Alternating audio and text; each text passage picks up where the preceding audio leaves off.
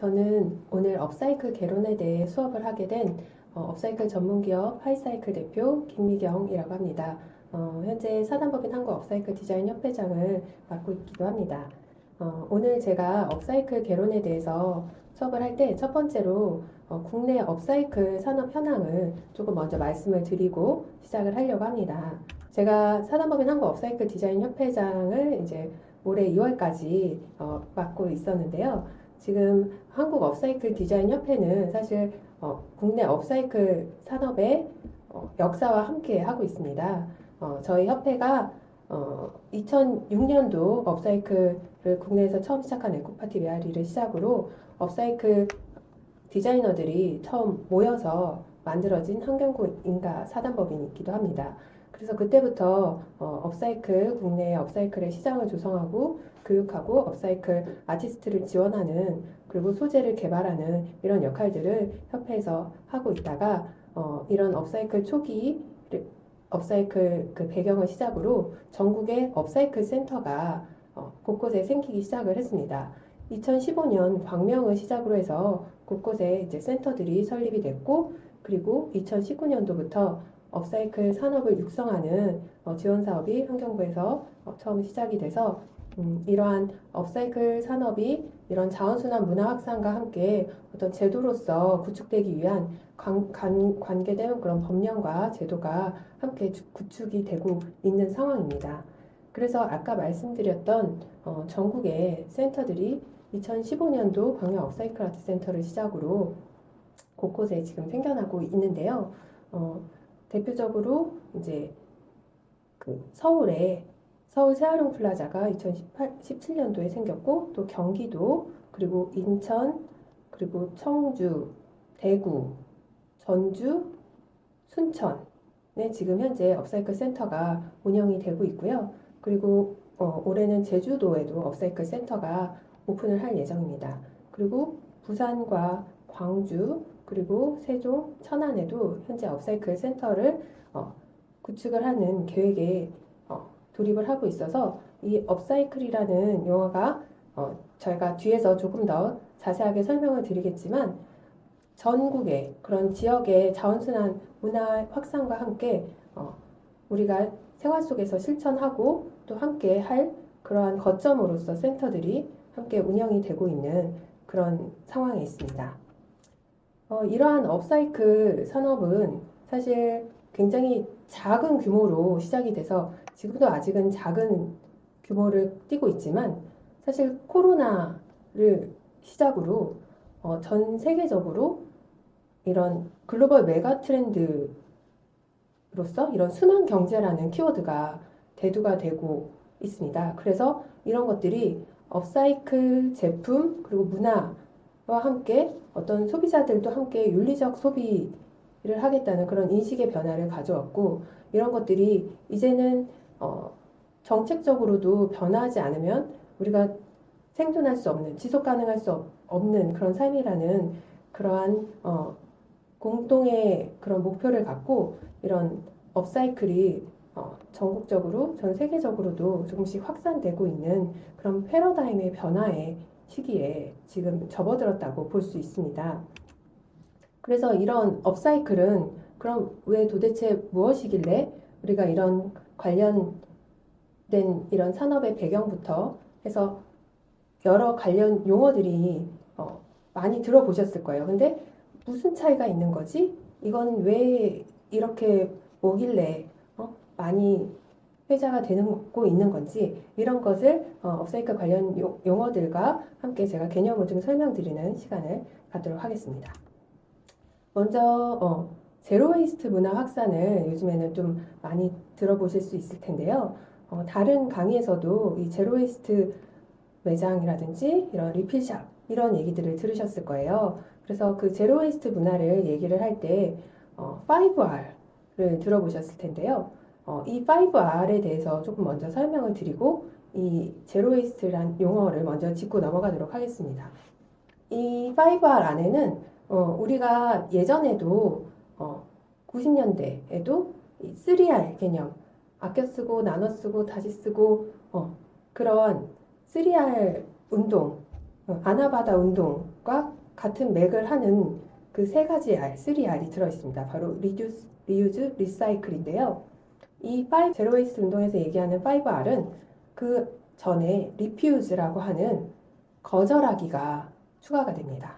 그리고 제일 마지막에는 ROT이라고 하는 썩히기라는 게 있는데요. 이 개념을 조금 더 자세하게 말씀을 드리자면 우리가 어떤 물건을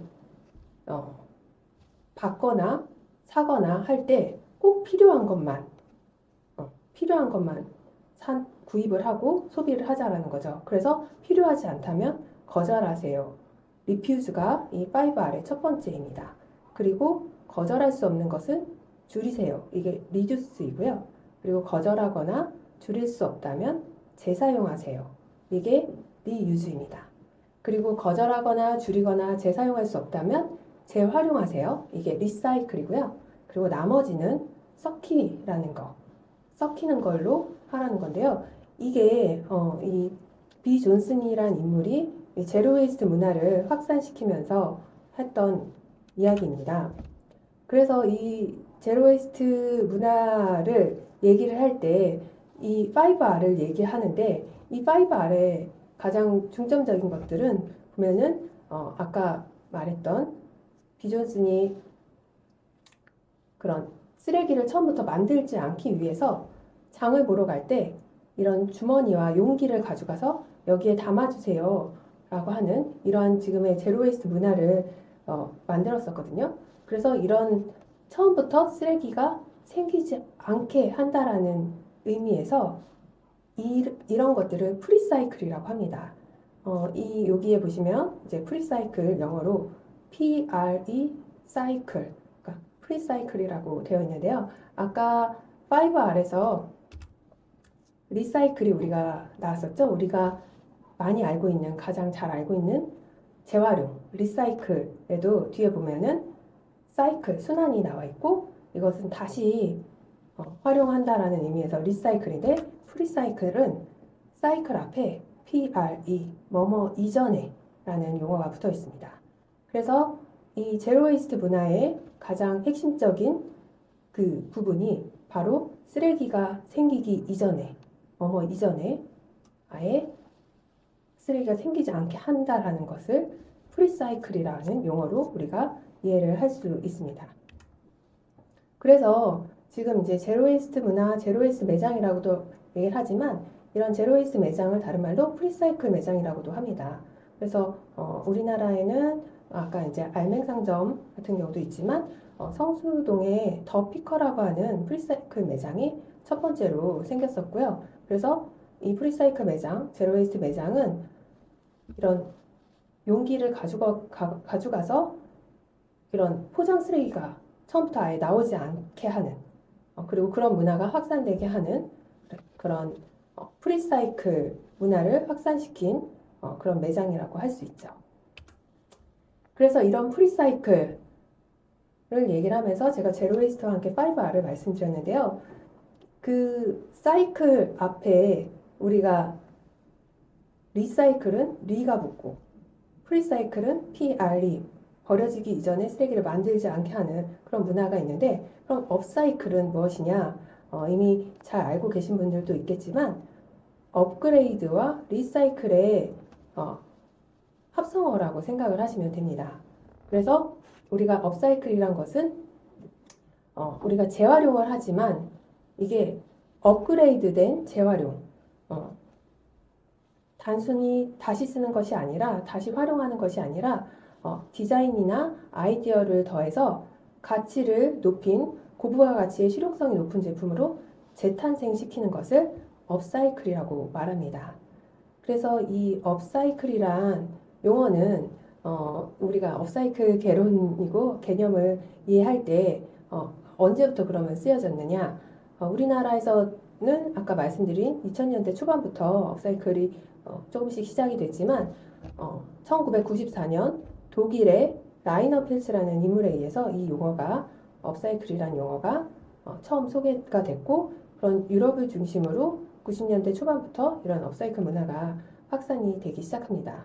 그래서 우리가 재활용을 하지만 활용을 하면서 가치를 더 높인 활용을 업사이클이라고 하고, 하지만 재활용을 할 때 이렇게 가치를 높이는 업사이클이 있는 반면 가치를 하락시키는 다운사이클도 있습니다.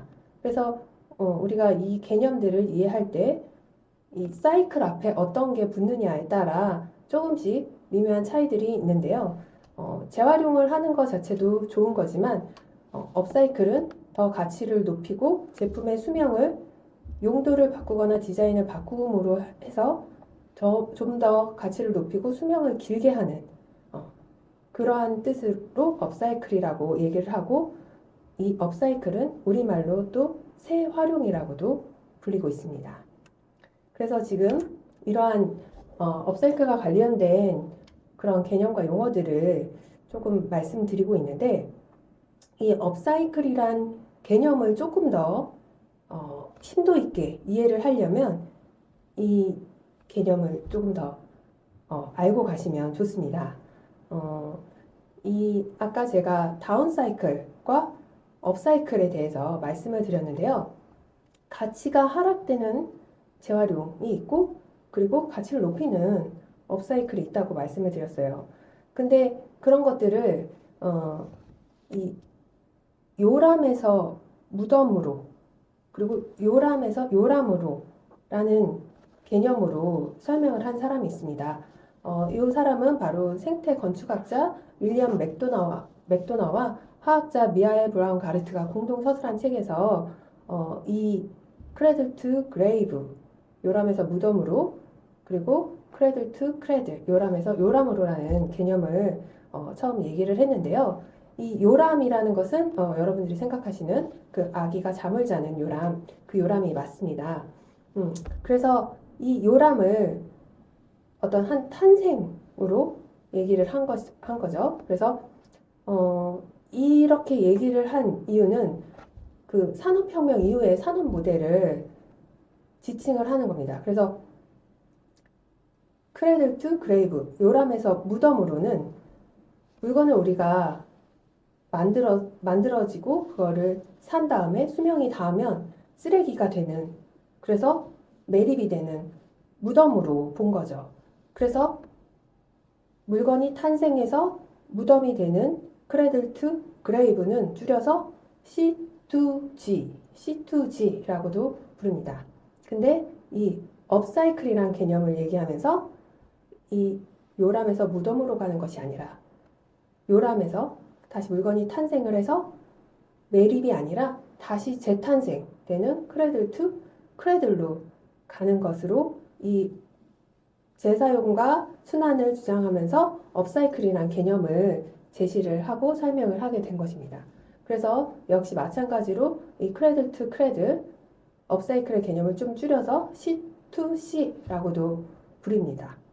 그래서 이 자원의 지속적인 재활용과 순환을 주장하는 업사이클이라는 이 개념은 또 한편으로는 업사이클은 이러한 소재의 인위적 가공 없이 재료 본연의 성질을 최대한 유지하면서 건강하게 자연으로 돌아가 또 다른 생물학적 영양물질이 된다라는 개념으로도 설명을 하고 있는데요.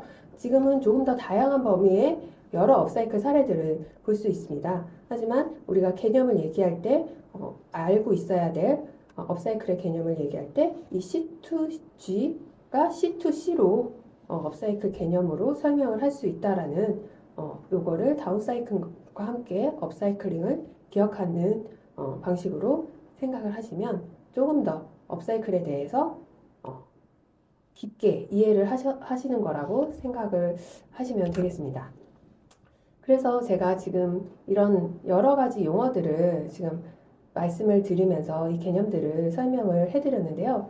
사실 이러한 변화들이 우리나라에서 있게 된 데에는 환경은 지속적으로 계속 나빠져 가고 있었지만 사람들이 크게 피부로 와닿았던 사건들이 있었습니다. 바로 쓰레기 대란, 기억을 하실지 모르겠는데요.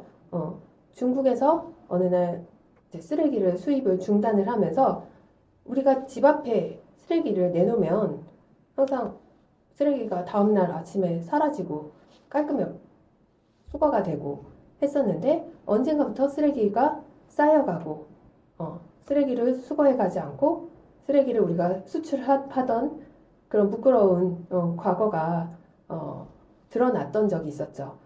그 쓰레기 대란이 있은 후에 사실 이런 업사이클이라는 용어에도 더 많은 사람이 관심을 갖게 됐었어요. 근데 사실 이 하나의 사건으로 됐다라고 보기보다는 우리가 앞으로 지속 가능한 삶을 살아가기 위해서 여러 연과 관계들이 있는 제도와 그리고 이러한 현상들이 그리고 용어와 개념들이 다 연결고리가 있다라는 겁니다. 그래서 이 쓰레기 대란도 국제 유가와 이제 화석 연료가 값이 떨어지거나 그럴 때 쓰레기의 가치가 하락을 하면서 이런 현상들이 일어났던 건데요. 이런 것들은 사실 앞으로 더 가속화되고 있고 그런 것들 때문에 우리는 에너지를 절감을 해야 한다라는 공동의 목표를 갖게 되고 전 세계적으로 지구 온난화와 기후 위기 그리고 탄소 중립 그로 인해서 우리가 탄소 중립을 하기 위해서 이런 업사이클을 해야 된다라는 그리고 관련된 여러 제도들이 우리가 지속 가능한 삶을 위해서 함께 힘써야 하고 노력해야 되는 부분이라는 이런 연결고리들이 다 이어지게 되는 것입니다. 그래서 사실 업사이클 개론이라고 해서 업사이클만을 얘기한다기보다 업사이클과 관련된 그리고 업사이클이 왜 지금 이렇게 우리가 얘기하고 있는지 이거를 이해하시는 게 사실 중요한데요. 이러한 변화의 흐름들 속에서 2019년도에는 이 용어가 또 굉장히 많이 주목을 받았었습니다. 사실 지금도 앞으로도 우리가 기억해야 될 용어인데요. 매년 해가 바뀔 때 트렌드를 어떤 우리 소비 문화와 함께 얘기를 할 때 2019년도에 주목받았던 트렌드 용어는 필환경 시대였습니다. 떠올랐었습니다. 매년 해가 변할 때 그 해의 트렌드와 함께 소비 문화를 예측하는 그런 책이 있죠. 그 책에서도 처음 소개됐었던 필환경 시대라는 용어가 있는데요. 예전에 그 친환경이라는 것이 우리가 하면은 좋은 것이었다면 이제는 환경이 계속해서 나빠지는 이런 시대의 환경들 속에서 우리가 살아남기 위해서 환경적인 실천을 반드시 해야 된다라는 것이죠. 그래서 우리가 이 필환경 시대에 들어서면서 함께 같이 떠오른 키워드들이 있습니다. 바로 낭비를 줄이고 그리고 함께 공존을 하고 순환 사회를 구축해야 나가야 된다라는 것인데요. 먼저 이 낭비를 줄이자는 그런 부분에서 아까 그런 제로웨이스트 운동과 함께 그런 패션에서는 지속 가능한 패션 그리고 의식 있는 패션, 컨시어스 패션 그리고 이 업사이클 재활용이 소개가 됐습니다. 그리고 우리가 이 공존 우리 이 지구에는 인간만 사는 것이 아니라 우리가 식물도 살고 동물도 살고 함께 공존해 나가면서 이제 동물 실험을 거부하고 그리고 동물 복지와 그리고 비거니즘 문화가 함께 이제 소개가 되고 많은 사람들이 또 관심을 갖는 그러한 시대적인 배경이 있었고요. 그리고 이러한 모든 흐름들 속에서 우리가 아까 C2C, C2G 이 개념을 얘기했었던 것처럼 이제는 매립하고 폐기하는 것이 아니라 자원을 가지고 물건을 만든 다음에 사용 후에 다시 업사이클로, 리사이클로 순환을 해서 순환고리를 만드는 그런 순환 경제를 만들어 가야 된다라는 이 키워드가 함께 필환경 시대의 대두가 되게 됐습니다. 이런 흐름들 속에서 시민들이 자발적으로 시작한 여러 환경 운동들이 또 함께 시작이 됐습니다. 이 제로웨이스트 문화의 배경이기도 할 텐데요. 플라스틱 어택 많이 들어보셨을 거예요. 이 플라스틱 어택이 2018년도 3월 영국에서 먼저 시작이 됐습니다. 영국의 남부 소도시 케인샴이라는 곳에서 그런 소비자들이 마트에서 물건을 사고 나와서 불필요한 과대 포장, 쓰레기가 많이 이렇게 나올 수밖에 없는 이러한 문화들을 쓰레기 포장지를 다 모아서 앞에다 쌓아놓고 대형 마트 앞에서 시위를 하기 시작을 한 거죠. 이게 이 플라스틱 어택이 이러한 제로 웨이스트 문화, 그리고 프리사이클, 리사이클이 확산이 되는 데에도 많은 영향을 끼치게 됐는데요. 이와 함께 그 전부터 사실 비치코밍은 훨씬 일찍부터 나온 개념이긴 하지만 여러 축제나 지역에서 비치코밍과 플로깅을 하는 그런 시민들 그리고 행사들이 많이 생겨났는데요.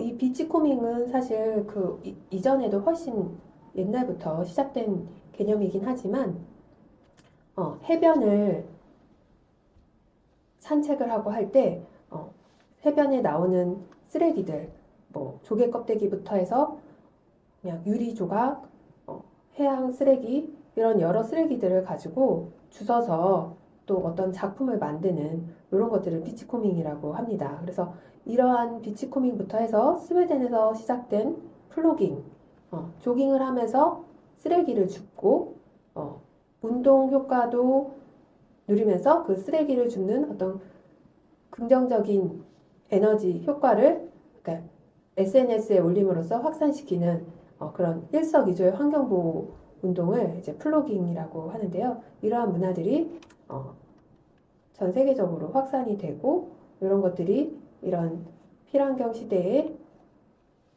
업사이클과 함께 이런 활동들이 확산이 되고 있다고 이해를 하시면 됩니다.